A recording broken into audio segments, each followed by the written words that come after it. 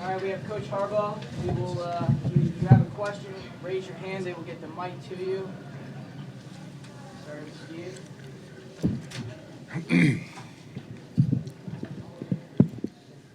Jim, a lot happened in the second half, but in the first half you had 2 4th-and-1 stops. It seems like you guys had things diagnosed, and also junior touchdown gap responsibility. Talk about those 2 plays. What went into it? Yeah, we had all-out blitz pressure, and we were able to get home from the edges and get them stopped in the backfield. Those were critical stops, turnover and downs twice there in the first half, especially when they got inside of our 10-yard line and came away with no points. I mean, that was a huge stop. And the stops throughout the game, really key to the game was the way our defense played on third down especially. The 3-and-outs in the second half, the third down stops, just an outstanding job by our defense. All right, Tony. Jim, there's a video surfacing from what looks like a scuffle, at least you could call it, in the tunnel. What do you know of that situation? What happened? Yeah, 2 of our players were assaulted. It was you saw the one video. It's the 10-on-1. It's pretty bad. I'm going to let our athletic director Ward Manuel address it with the authorities, and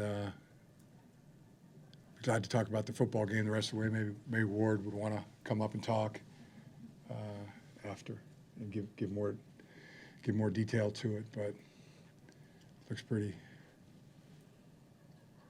open and shut. I mean, one of our players has a nasal injury, could be a broken nose, and just very unfortunate. On the left, Larry.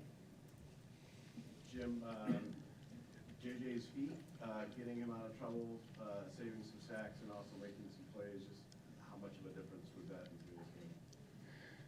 It was big. I mean, there was third down conversions that he picked up. I mean, really great plays. I mean, one time a free runner on him, and he was able to get out of the pocket and convert a real great throw to Scooney.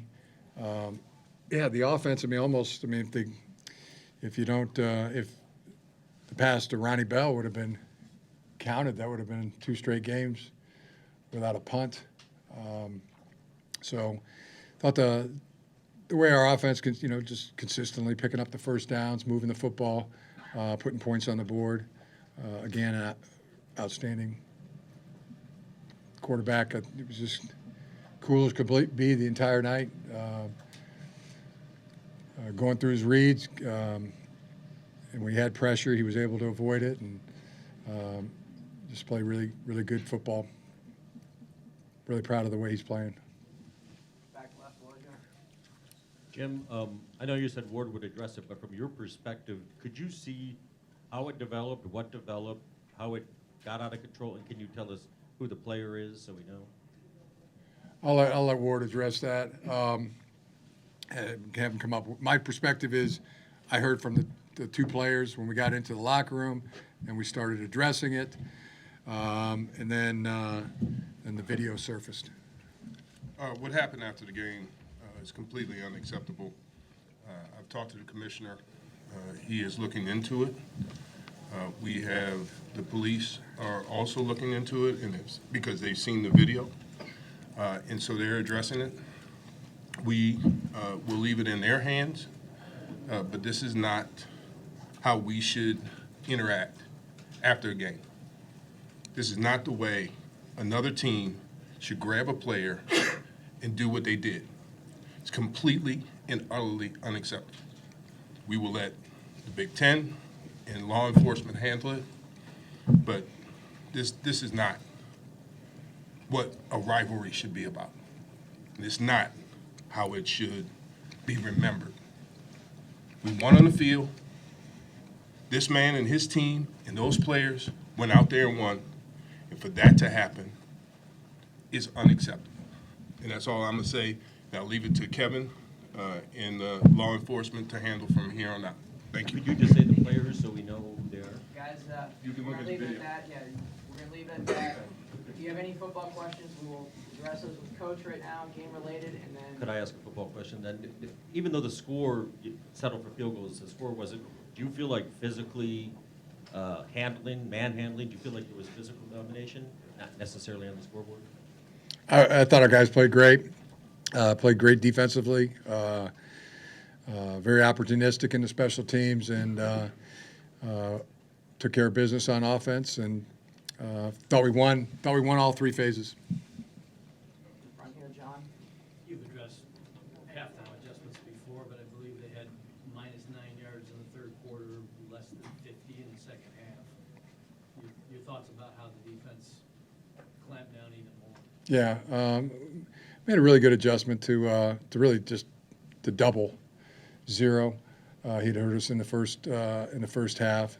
We were getting man coverage on him with an overlapping safety, and that was a great move, great adjustment, and was able to take him pretty much out of the game, except for the one that he caught over the middle in the fourth quarter.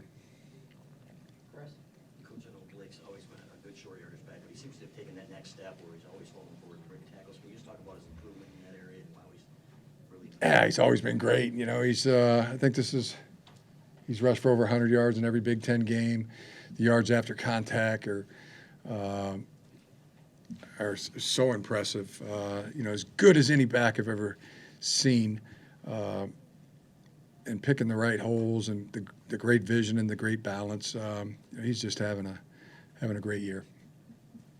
On the right, Tony? One more about those second half adjustments. Today it might have been doubling Coleman, but this is 3 Big Ten games in a row. I think it's like 61-3 in the second half. You guys have been up by 1 possession or less in 4 Big Ten games, and not many of them ended close. What is that whole process of coaches working together and changing things in the locker room that's so effective? Yeah, we get together as a defensive staff. We get together as an offensive staff, and we make adjustments. Here's what we like to do. Hey, what are we going to do? You know, what can we take away? What are they taking away? And you know, what's the compliment? It was just. Brad? To walk into Schembechler Hall and to see Paul Bunyan in your trophy case for the next year, what would that mean to you personally? It's a great feeling. It was, as you know, one of our goals for the season, and you know, to fill that feels good. Now we move on to the Rutgers game.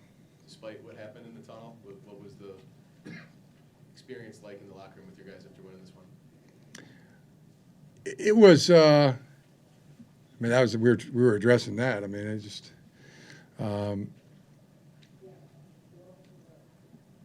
It was. Yeah. Just like anybody, I mean, you want to protect your players, and you know, 10-on-1. That's, I mean, whatever it was. I mean, it's just bad. So I think Ward addressed it, and move on. Got time for a few more, we'll go with Aaron. But it needs to be investigated and brought to a conclusion, and our athletic director will make sure that takes place. Aaron? Jim, on that note, Ward had said police are involved. Would you like to see charges filed against those Michigan State players involved? I'll let them make that decision. Larry, did you have a question? Yes. Yeah. Football question? Jim, can you share what your emotions are? You just won this game, but it doesn't look like you're celebrating because of what happened post-game. Oh yeah, we're celebrating. And as I said, we're gonna. Football question, I'll be happy to answer. I think I've answered as thoroughly as I possibly can. Our athletic director and the authorities, and as he told you, the authorities are looking into it. So Yeah, I'm disappointed that happened to 2 of our players, Larry.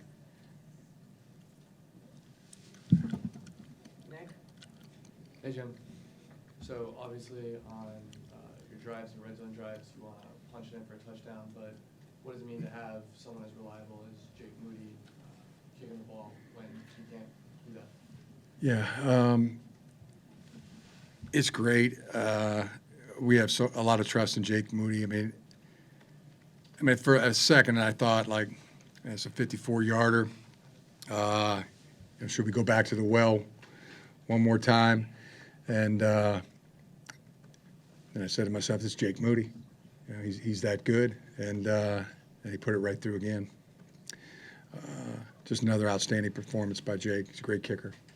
And a lot of credit, too, to the whole operation. Greg Tarr, the snapper, Brad Robbins, the holder, just outstanding. Last question, Mojo. Jim, obviously you guys pegged this game as a big game because the last 2 years losing to them. How do you feel now, getting that off your back, getting that off your team's back, and how do you sum up the rivalry? Feel good. Onward to Rutgers. Tremendous win. Great to have Paul back.